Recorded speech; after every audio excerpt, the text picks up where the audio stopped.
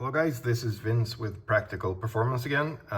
This is a progress update on the front gusset cups for convertible E46, part of the VinceBar kit for convertibles. This is where we're getting in this video. I wanted to show that first of all, and I also want to ask you, please, if you find these videos helpful and you, like me, want to share knowledge, please do go ahead and like the video. Not for my vanity, but it seems like the more likes, the more likely the YouTube algorithms do share them to more people. So please go ahead and like them, and that will make a big difference. So I'm sitting on the right side, so passenger for a left-hand drive car. So I'm sitting where the passenger seat would be. I'm viewing the back seat, and this is the right side.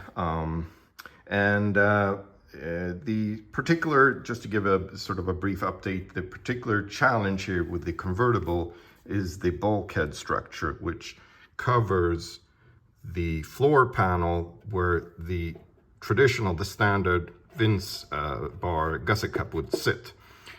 So I'm trying to figure out, I'm figuring out how to make the convertible specific version. And what I've done so far is I've drilled from the underside up through the mount with this extended, the extra long, that's a 30 centimeter, 1 foot long drill bit. It actually reaches sort of to there, almost, well, actually more than halfway, to be able to reach all the way up here.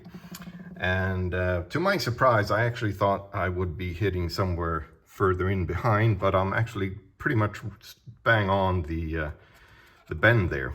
And it actually hits the, let's get a little closer there.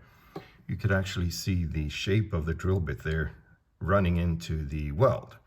So when cutting the opening, as you would do, and you can see other videos on how to do that on a non-convertible, the hole saw with the guide rod there, you'd stick that down through the hole and then drill or cut the hole essentially.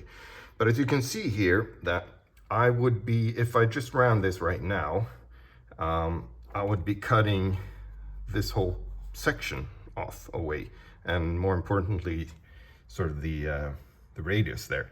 I don't want to do that because I want to keep as much strength as possible. So I want to get this out of the way. One way would obviously be just to cut and cut, remove the whole part, and then weld it back on once we're done.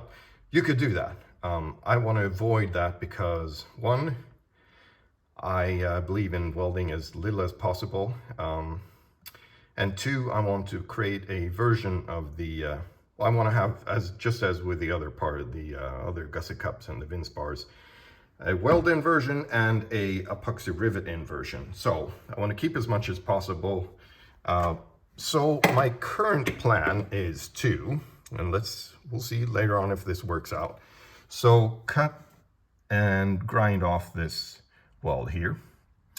And what I'll do is cut straight up and down here, and then probably make a cut into sort of there. Doing that, I should be able to pull this out and have it bend in this sort of short section here.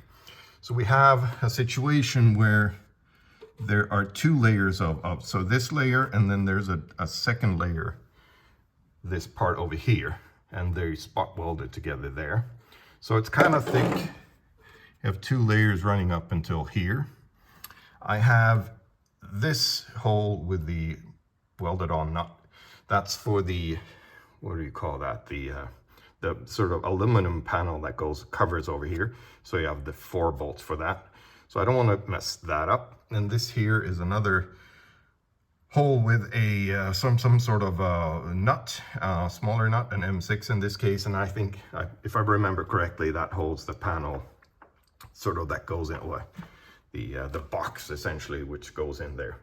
So both of those I want to keep, and by sort of cutting here at an angle, I could cut it straight over, but then there would be a longer piece to bend. and this seems to be about 2 millimeters thick, so that's kind of sturdy. Cutting it slightly downwards and slanted there will give me a shorter distance to bend it. And once I've bended that out of the way, this radius will be out of the way, and I should be able to run the hole saw straight through this layer, and then, well, this layer, and then the second layer, and then I'll be at the top of the front mount. Later on, well, actually, I'll explain that as we go the plan. So I've removed the control module that sits there on the rollover. I assume it controls that. The screws are tamper-proof Torx, TR30 they're called. So you need the type of bits that has the hole. There was also a ton of, as you can probably see in there, some red Loctite or something that made the screws really difficult to come out. That one I actually had to drill the head off it because the nut inside that aluminum housing, it's spinning inside, so that was the only way I could get it off. I have also mocked this up. The dashed line here is where I'm thinking the bend line will be. Cut down here, cut into there to meet that. There is, let's see if I can get that. So there is the nut there. I'm hoping I'm not gonna bump into it. I think I have enough clearance. What I've also done is I put some of this kind of moving blanket as protection for the carpet. I have this, I'm not sure if that translates. A direct translation would be a fire blanket that you sort of put over fires. This should take care of the, I'm going to be needing to use a angle grinder here. I'm going to use a saw, tiger saw, or tiger saw in Swedish. I believe the Americans call it saw. I have a short blade, a metal blade, so I'll be sawing down, sawing in, so I get as little spatter from the angle grinder as possible. This weld, obviously, I need to use the angle grinder on. So the first part of the project did work out, even though I did run into a small snag. I did cut through here with one of these, so it's pretty large, meaning that it did hit at the back end here, and I got a little bit too much of an angle. I don't know if that shows, but so what I did is I did use a manual hacksaw to go down through the last part, because you need to go down through this lip. I don't know what else to call it really. So if you have a look there, you'll see that this part here, it's kind of a profile there.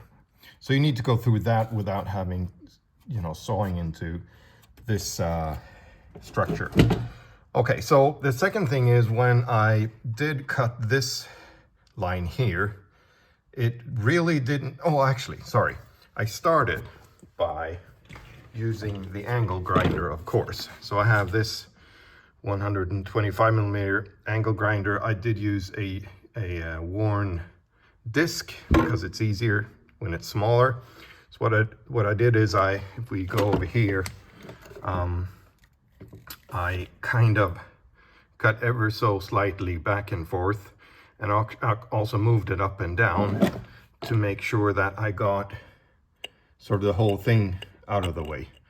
Otherwise you couldn't pull out the our piece there.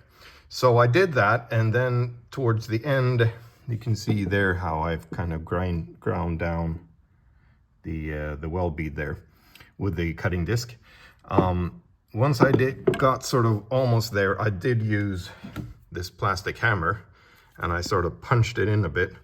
So I got a little bit of a gap, and then I could cut the last of it without having to cut into this too much. So the snag, when I was about to pull it out, I realized that obviously because this structure here, it's an L, I would have to stretch this whole thing, which would not work. So I solved that by using one of the 4.8 millimeter drill bits that's part of the toolkit for the VinceBar. What I did is, I'll illustrate that over here. Let's see, where are we? So right here, essentially. So what I did is, at an angle, I drilled up right next to that weld, up through this. And then when I got through, being careful not to drill into this part and you know, score that too much. Once I got up through it, when running the drill, I sort of moved it up like this and pushed it in. So I actually drilled through, see if I can get it to focus right there. So I drilled through this piece here. And now, because this is cut off, I could easily bend it outwards. So having done that, I went under the car. I ran the, why is it not focusing? I ran the long 10 millimeter drill bit up through, and it was a little bit tricky. There was still some weld left there. And also the drill would come, sort of as it comes up, it would come forward a little bit. So I kind of ran it up and down at, you know, high RPM and sort of chewed away on this edge here. And then I tested using the, where did that go? The hole saw. There we go. I have so much stuff. Hole saw is over here. So the hole saw assembly here, when I put it down through, it went through really nicely, but when it hit the actual top of the front mount, it stopped ever so slightly. So I could feel that I was going into an angle. It stopped right there. So what I did is I actually used a round file, pulled this out, used a round file just to get that back edge, sort of push that back a little bit. And now the hole saw runs really nicely all the way down. So the next step will be to drill through, and this is going to be exciting to see what we find. As I started the hole saw procedure, I did realize I forgot to mention something. I had to, once I had cut through here, I had to cut a small slice, let's see here, at an angle like that, out of this piece here. Not sure if that shows. You should be able to see there's an angle there, because otherwise it will not, as it swings around here and there's a depth to this back edge here hit that and it wouldn't come out. So I just sort of cut out a small wedge, a slice there to be able to move it out. So I done the first part here with the hole saw, and I wanted to mention a couple of things. Firstly, make sure, which I mentioned in other videos, to not push. You don't want to put too much, well, actually no pressure basically on the hole saw. Let it spin kind of freely, and as you go through this first part, there's a lot of cutting going on there. You're now going down through the bend into this part here. It will sort of be jerking and sort of you know, getting stuck essentially. So you actually have to sort of, rather than push it, you will have to hold it back. The weight of the power drill itself is more than you want to apply. The other thing is, I moved from my cordless battery power drill to a corded one, or whatever you call them, because you're going to be chewing through that for some time. The third thing I want to mention is that the drill guide, the rod here, the stainless rod, has at the end over here, that where it goes into the bore thing, it's laid down from, it's turned down from 10 millimeters to 6.3. You want to make sure that it's seated all the way in, so you don't have the thinner part sticking out, because as it's, you know, jerking around, otherwise you're going to be bending it. So you're going to be bending this, and then you're wobbling the whole thing. So be careful. make sure that you've done that. Now that we've gotten this far, it's bottomed out essentially. Well, it's just bottomed out here. It goes down like that, and then it kind of runs into a stop there. Sorry, there. So what we need to do now is I will, using the angle grinder, cut this off so we can keep drilling. Otherwise, we'd need to have a super special kind of long hole saw, which I don't provide. I haven't found one of those, so it's much easier to just, you know, keep the cost down for the toolkit, obviously, cut this off. So what I'll do is I'll carefully cut and not go too far out. I'm actually going to probably leave a little bit on both edges here. Let's see. So another thing, I'm holding the angle grinder like this and not like that, because holding it like this, you have much better control over what the disc is doing.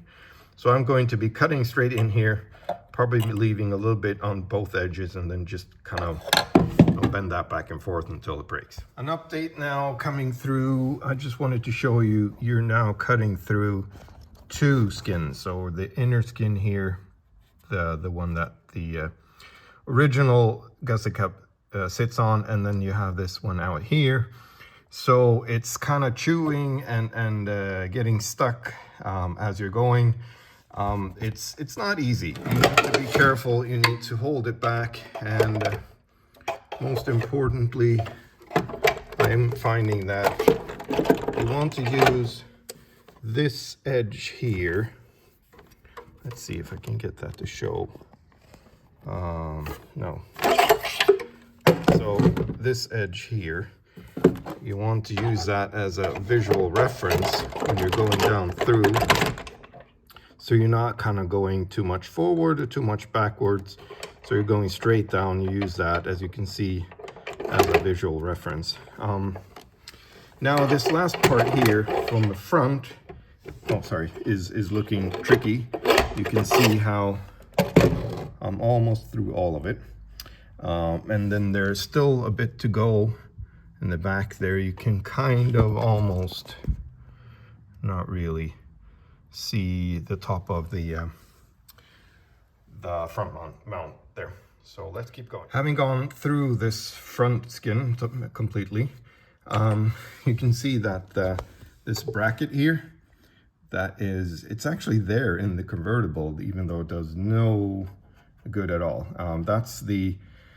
I know it's used for the touring to hold a small piece of the backrest under the actual backrest, and then between that and the seat cushion. It may also be used on the sedans with the non-folding seat backs. I don't know. I'm not sure about that, but anyway, this bracket I normally drill out the spot welds to get it out of the way.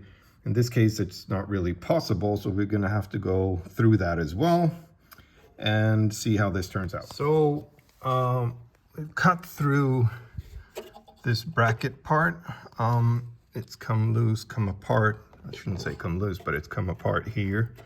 And now it's crinkled up. And I got so stuck that I actually did bend this. I'm not the actual rod, but this thinner piece in here. So you have to straighten this maybe once in a while, just to make sure it doesn't wobble too much. I don't think it doesn't matter if it wobbles a little bit, really. But what I'll do now is I'll do my best to use a pair of pliers and sort of bend this off, get it out of the way. And then I'm also going to have to either cut this or bend it forward to be able to go through all the way down. We can now start to see the top of the mount. Let's see if I have something I can point with. There we go. So we are now just about noticing. There you go. That's the top of the front mount right there. So using this hole and a Phillips screwdriver, I managed to sort of wobble it around, pull it, and get to a point where I sort of got this straight. It crinkled together, as I showed you previously. So I got this out, and now what I'm doing is, I'm sorry, camera technique is bad. So now what I'm doing is I'm just going back and forth like this until it breaks off. Hopefully as far in towards that skin as possible. Now I could actually, maybe that's a better idea, I could actually just drill it out there as well. That one is accessible, so you know what, I'll do that instead. So I drilled through using the 4.8mm drill bit once again, and once I've done that, it was easy to just break this off. And because I'm now once again bottoming out on this piece here, I either need to cut it, which is kind of difficult, very difficult down there. I could pull it forward and go through it, but what I'm trying to, well, I'm attempting to do now is if I pull it outwards with the Phillips screwdriver like this, I may be able to push it inwards there and sort of fold it inwards out of the way. And that should, if everything works out, take me all the way down. There you go. That did work out. I held it back with the Phillips screwdriver, and then I just pushed it with my fingers, and I folded it at first a little bit too much. It came back, but then I just pushed it in. So now it's possible to run the rod through, and hopefully it will pass all the way down now. Oh, one more thing I actually forget to mention all the time. What I'm doing is I'm standing up right here, so I get sort of so I can hold it, get the best possible control rather than sitting here and operating the... It in fact worked out, and I stopped a little bit short of getting all the way down to the bottom. At least this is still not completely free. This is because I want to point out, this is kind of turning into an installation video, but nevertheless, there's some tips and tricks, and you can see the challenges of developing stuff. You run into things that you don't really expect. But anyway, well, actually, I expected this to be a bit tougher because of the various skins, but it's tight. Anyway, if you want to make sure that you don't go too far. So I should have brought the light. Maybe you can kind of see, oh, there you go. You see that shiny? See if I can get that to focus there. That's where the teeth from the hole saw just about touched. You don't want to go further than that, because then you're going to start cutting into that layer, which is obviously not what you want to do. So I'm going to stop there, and I'm just going to be, actually maybe I can do this even live. Can we get this to break off? Should be wearing a glove really, which I normally always do.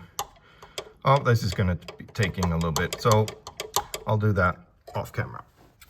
I ended up cutting slightly deeper, pulling the hole saw as far forward as I could, because that's where I needed to remove some more metal. And then I used my pliers, and then I both tipped it back and forth and also twisted it. And here's the piece. Sorry. This was the last part that needed to come off, and you can probably see how it's sort of broken off there. So we have three pieces that came off. We have the front piece here. Well, actually, four pieces because I cut them apart. So this was the top. This was the bottom of that, which we cut off.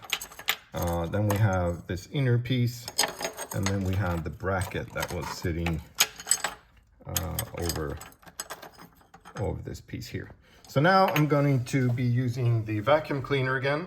I didn't mention that before, but I use, that's the best practice really, to clean up as you're going all the time. Otherwise it's going to get really messy. So I'm cleaning up, vacuuming, won't be wiping off inside of there, so we can have a closer look.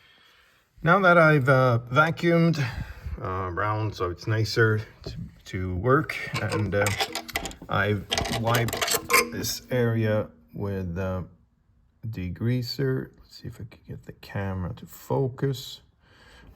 You can see, let's see, the slots in this skin here. That's part of the slot, and there's a part of the slot that are not welded. These MIG welds probably should sit straight over there, but they don't. In most cases, they actually don't. As this is a 330, that seems to be not an M3. That doesn't seem to be abused. I didn't find more than really one crack underneath. No cracks underneath the front mount, which is otherwise very, very common. Because there were no cracks there, I guess you couldn't expect there be any cracks here as well. And there aren't. I can't see any cracks. Otherwise, you would see cracks forming in these high concentration areas. Also, in the heat affected zone around the wells, typically you see some cracks moving out. I have a video, actually the first video on this channel. You can see that, how it's on both sides actually, both the right, and this is the right side, and the left side. Most commonly only the right side you'd see. So again, because of the tipping and the up and down forces of this front mount, you see these cracks form around the welds themselves. In this case, there are none. So the next step here would be to grind down. You can actually get a Dremel down here, grind down the wells so you're flat here. And this, let's see here, this,